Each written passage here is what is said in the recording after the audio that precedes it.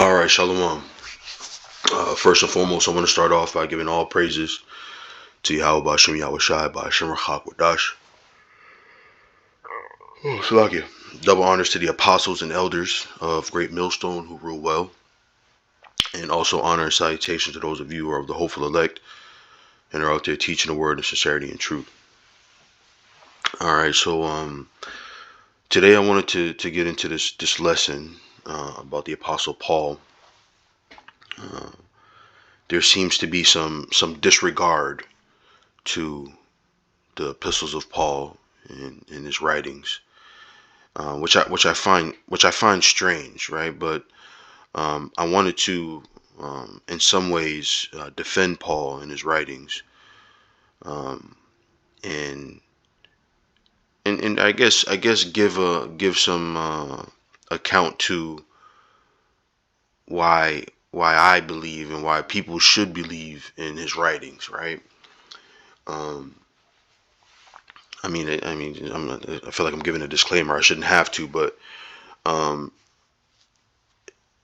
again, I feel like I wanted to defend the epistles of Paul, and Paul himself. And I'm in no way saying, of course, that Paul takes precedent over the Lord Yahweh Shai, but um, through his different epistles and in addressing certain things that were going on in each of the churches, we were able to get a full picture of what it meant in the law. And when I was thinking that, I thought of this prologue here. I wanted to read this a little bit, um, because it says something in here that I thought was profound. I was reading it recently, but I pulled it back up, so I wanted to read this. This is the prologue in the book of Sirach or Ecclesiasticus. It says, the prologue of the wisdom of Jesus, the son of Sirach.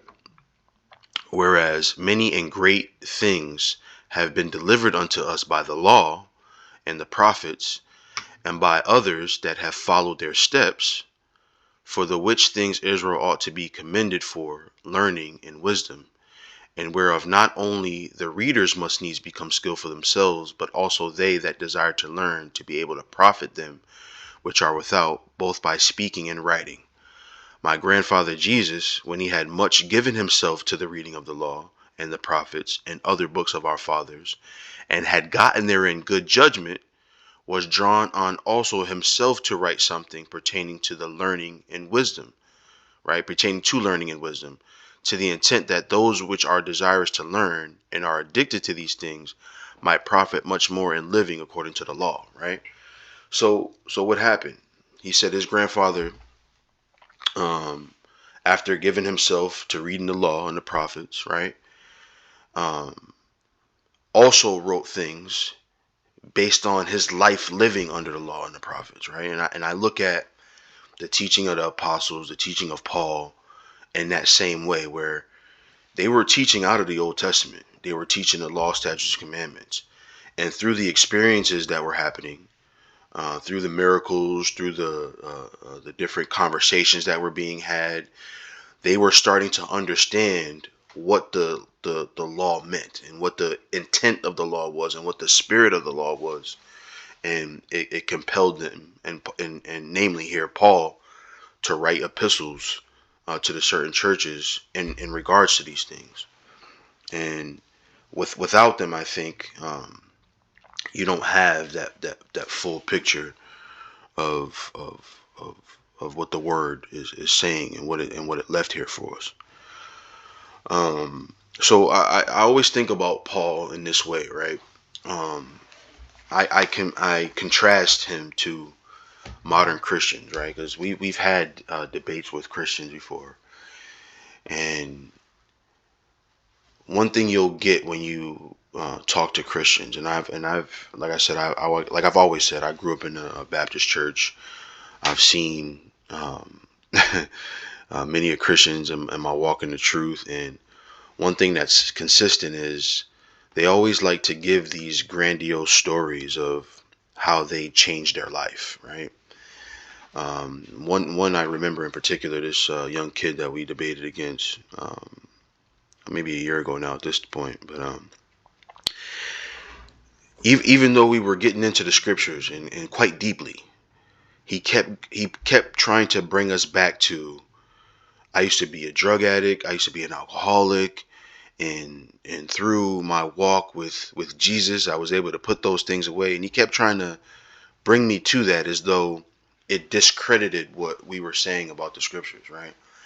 And that's what Christians do. They wanna prove their divinity, or to prove the divine by some miraculous story that has happened to them, or some enticing thing that happened to them. But Paul didn't do that, and Paul had the right to do it, right? Matter of fact, what is that scripture? Um,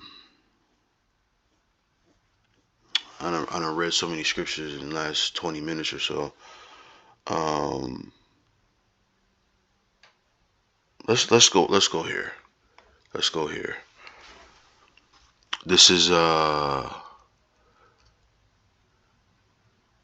it is. Yep. So this is I'm going to start at 1. This is Philippians 3:1.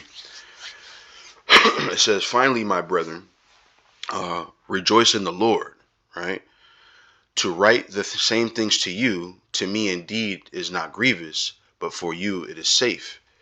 Beware of dogs, beware of evil workers, beware of the concision. For we are the circumcision which worship the Most High in the Spirit, and rejoice in Hamashiach Yahushai, and have no confidence in the flesh. Right? Though I might also have confidence in the flesh, if any other man thinketh that he hath whereof that he might trust in the flesh, I more. Right? Circumcised the 8th day, of the stock of Israel, of the tribe of Benjamin, and Hebrew of the Hebrews, as touching the law of Pharisee. Right? So he wasn't concerned about glorying in himself. He could have, right? And he says it on many different occasions. He says, "Look, I got the work to prove it," right? But he was more concerned about teaching about the Lord Yahushua. That was his concern, and to me, that's an honorable thing as a man, right? Because he didn't make it about himself.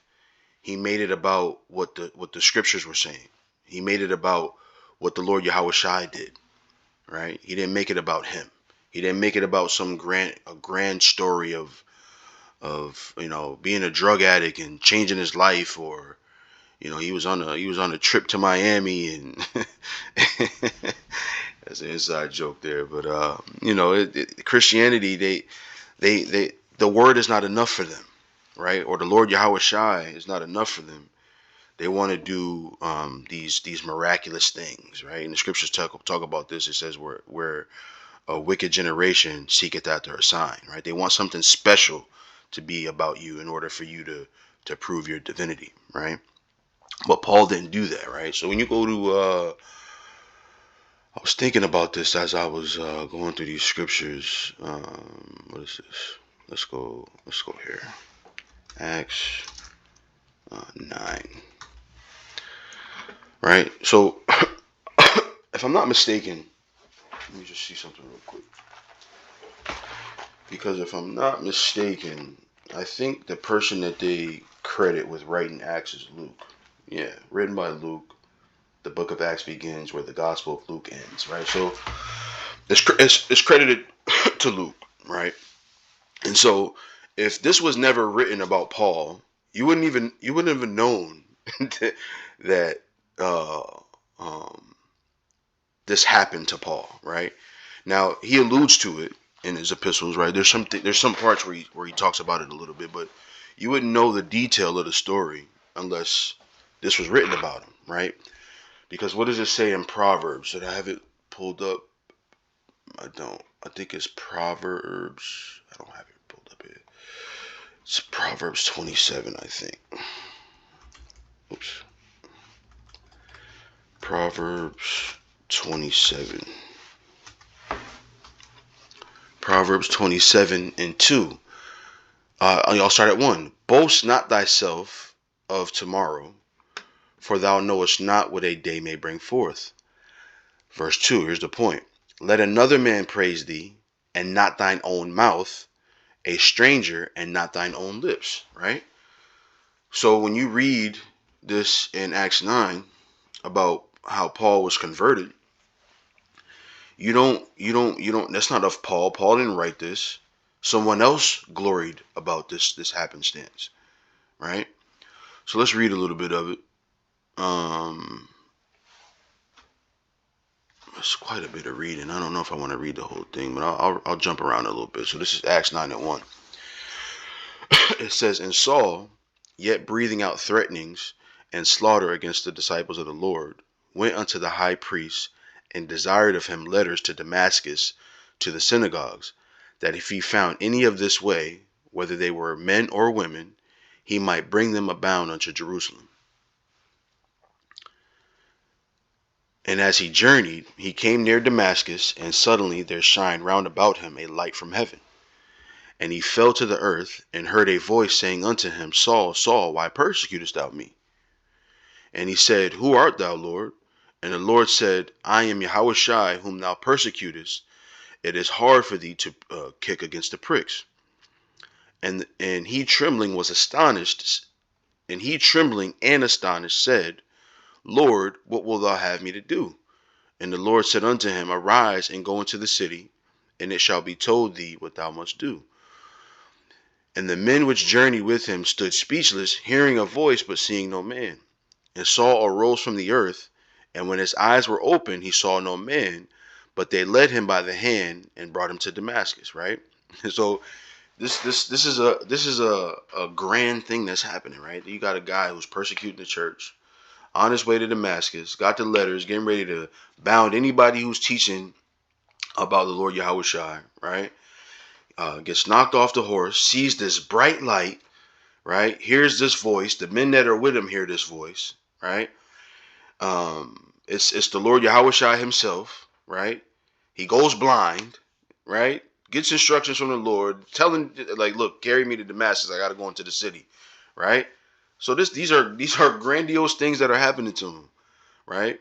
Now, if this happened to a Christian, this would be what they stood on. My Christianity is based on this. This is what my Christianity is based on, and you have to believe in me. You have to listen to me because this is where the divinity comes from. But Paul didn't make it about that. He made it about the Lord Yahushai, right? It says, and there was a certain disciple. I'm sorry. I think I skipped. Yeah.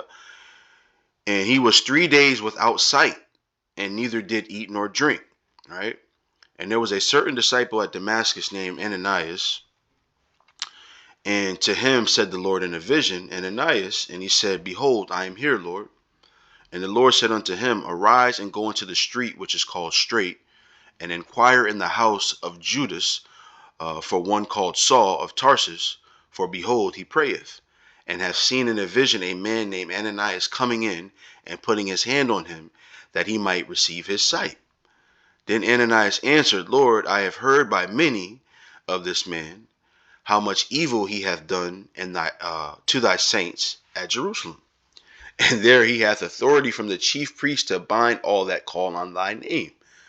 But the Lord said unto him, Go thy way, for he is a chosen vessel unto me, to bear my name before the Gentiles and kings and the children of Israel. For I will show him how great things he must suffer for my name's sake. Right? So as you know, as the story ensues, right? Ananias comes, Paul receives his sight again, right? And he goes on his journey to teach in the name of the Lord Yahushai, right? And so Paul could have gloried in this. He could have took this and said, look, my divinity is based in this. But he didn't care. He didn't care about it. Matter of fact, there's another scripture. I think it's Galatians. I have it specifically. Galatians, I think it was 1 and 11. Boom. Galatians 1 and 11. It says, But I certify you, brethren, that the gospel which was preached of me is not after man. For I neither received it of man, neither was I taught it, but by the revelation of Hamashiach Yahushai. right? For ye have heard of my conversation in times past in the Jews' religion, how that beyond measure I persecuted the church of the Most High and wasted it, and profited in the Jews' religion above many my equals and mine own nation, being more exceedingly zealous of the traditions of my fathers, right?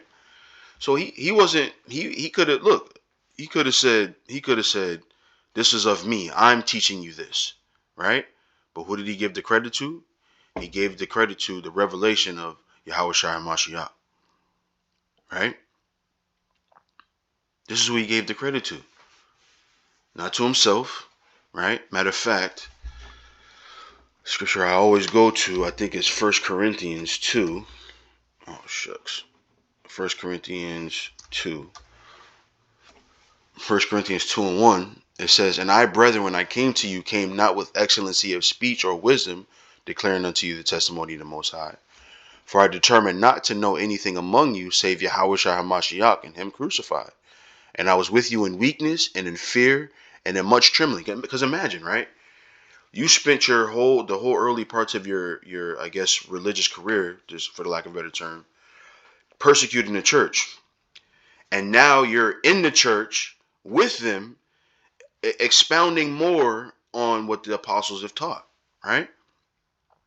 So you would be like, damn, man, I'm not even fucking these motherfuckers up, man. Now, man, teaching with them, they're gonna think I'm crazy. They're gonna try to kill me, right? But he pressed on. And my speech and my preaching was not with enticing words of man's wisdom, but in demonstration of the Spirit and of power, that your faith should not stand in the wisdom of men, but in the power of the Most High. Right? So he wasn't concerned about it being about him. That he wanted their faith to stand in the power of the Lord, not in him. Right? And even when there were arguments about I'm from Paul or I'm from Apollos, what did he say? He said the Most High give the increase. Right? So Paul never made it about himself. Right? Right. So I have it written in my notes, right? You have people, right, that who are vehement about discrediting Paul, right, and whether or not his teachings are divine or whether they're inspired by the Heavenly Father, right? And these men glory in the law, right, and they glory in the prophets, right? But nobody knew the law better than Paul did, right? Let me go back to that in Galatians. What's it about here? He said 3.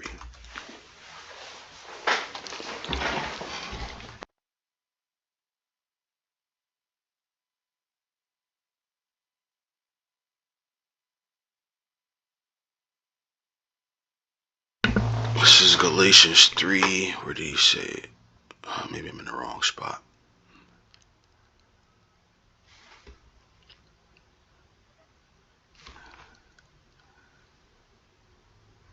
No, I'm in the wrong spot. I just read it a few seconds ago. Was it Philippians 3? Yeah, here we go. It says, though I might also have confidence in the flesh, if any other man thinketh that he hath whereof that he might trust in the flesh, I more, right? So he could have, right? Because he understood the law, right, better than anybody else, right? So here it is. You have these men who telling you about the law, glorying and being chief priests and what have you, right? But Paul knew the law more than anybody else. But through his understanding of the law, right, he gave us a more perfect picture of what the law was saying, right? So I wanted to go into a couple of scriptures that showed that, right? Now that I'm looking at these, let me see. Let's go to this first one. Like I said, I got scriptures all over the place. What's this? I read this already. Let me go to 1 Corinthians 1:25. All right. It says, right, right, right, right, right, right, right.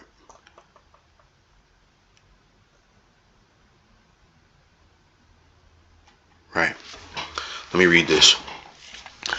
This is 1 Corinthians 1 and 26. It says, For ye see your calling, brethren, how that not many wise men after the flesh, not many mighty, not many noble are called. But the Most High have chosen the foolish things of the world to confound the wise. And the Most High have chosen the weak things of the world to confound the things which are mighty, right? Because up until this point, right, when it came to matters of the law, what were people doing? Or what in particular were the Pharisees doing? They were using their position as as a way to glorify themselves. Matter of fact, let me just go to let's go here. Let's go to Matthew 23, right? Because they were using the law to glorify themselves, and through that, right, it was being perverted, right? So let me see. Then spake Yahushua to the multitude and to the disciples. This is Matthew 23 and 1, Salakia. Saying, the scribes and the Pharisees sit in Moses' seat. All therefore whatsoever they bid you observe, that observe and do. But do not after their works, for they say and do not. For they bind heavy burdens and grievous to be borne, and lay them on men's shoulders, but they themselves will not move them with one of their fingers. But all their works they do for to be seen of men.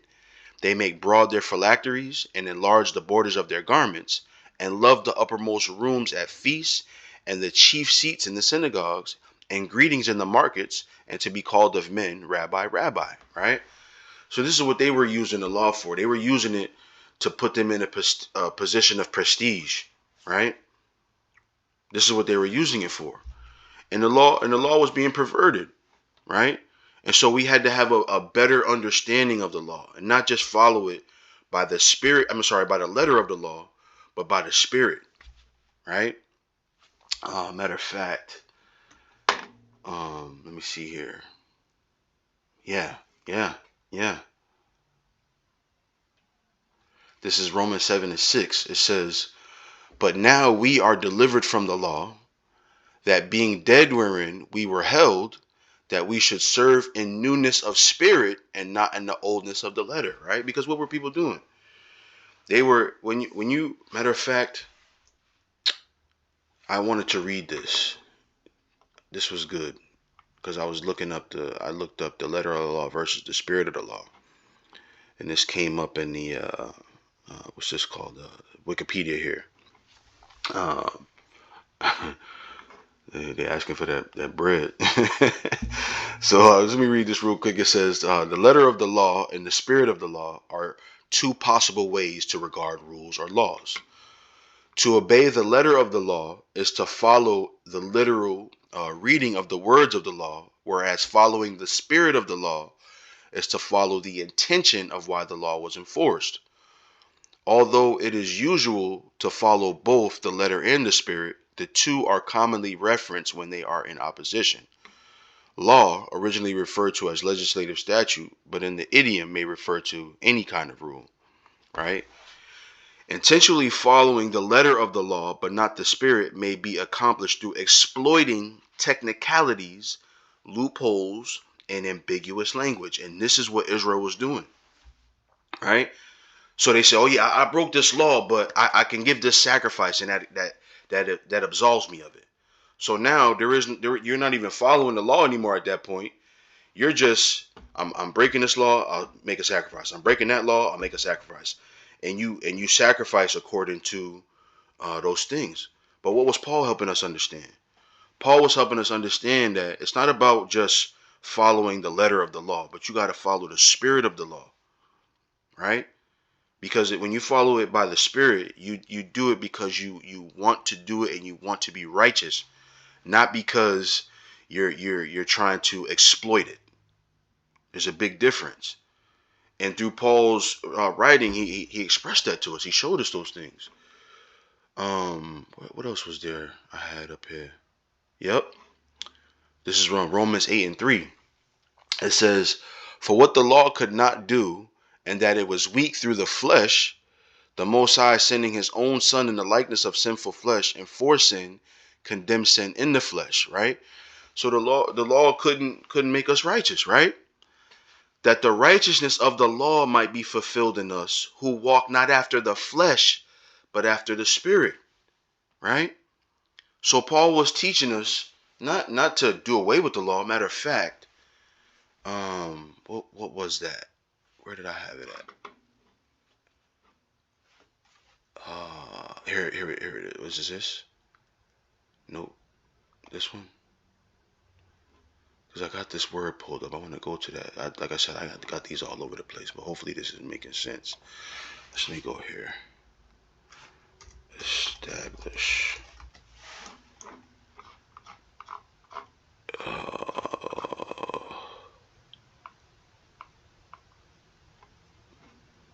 Romans 3 and 31. I thought I had that pulled up. I guess not. Wait. Yeah, here it is right here. I did. It's a loggy, man. I got them all over the place. Normally I'll try to organize them as best I could, but I was ready to go. So this is Romans 3 and 31. It says, do we then make void the law through faith, right? Because that's a question. Because one would think that Paul was trying to do away with the law, right? To say that you don't have to keep it anymore. But what did he say? God forbid, yea, we establish the law, right? So I looked up this word establish. I'm going to go into in the Greek too, but I want to show it here. It says set up an organization, system, or set of rules on a firm or permanent basis, right? And what did it say, right? When we go to Romans, the 8th chapter, it wasn't firm, right? Because it was weak through the flesh. But now the permanent basis is what? To follow it by the Spirit. As it says here in the next verse, that the righteousness of the law might be fulfilled in us who walk not after the flesh, right? Which is temporal, right? But after the Spirit. You see? So Paul was giving us a fuller picture, right? So let me go back to that establish. It says on a firm or permanent basis. So for us, the firm and permanent basis is what? The spirit of the law, right? By having faith in the Lord Yahweh Shai, who delivered us from the death that comes from the law, man. You see? So that's it, man. I hit all them scriptures I had written. I hope that was edifying. Like I said, I feel like I was a little bit all over the place. But again, I was compelled. I was ready to go, so I just went. But hopefully that makes sense. So to recap, I say this, that Paul wasn't a man that was absorbed in himself. Paul gave all the credit to the Lord. Yahweh Ba'Shem Yahweh Shai, right? He gave all that credit to him. And in that, in his experiences in understanding the law, right, he was able to give us a fuller picture of how we should treat the law. You understand? And so hopefully that was edifying. As always, I want to give all praises to Yahweh Ba'Shem Yahweh Shai, Ba'Shem Rakadash. Double honors to the apostles and elders of Great Millstone who rule well. Honor and salutations to the elect. And with that, I say Shalom.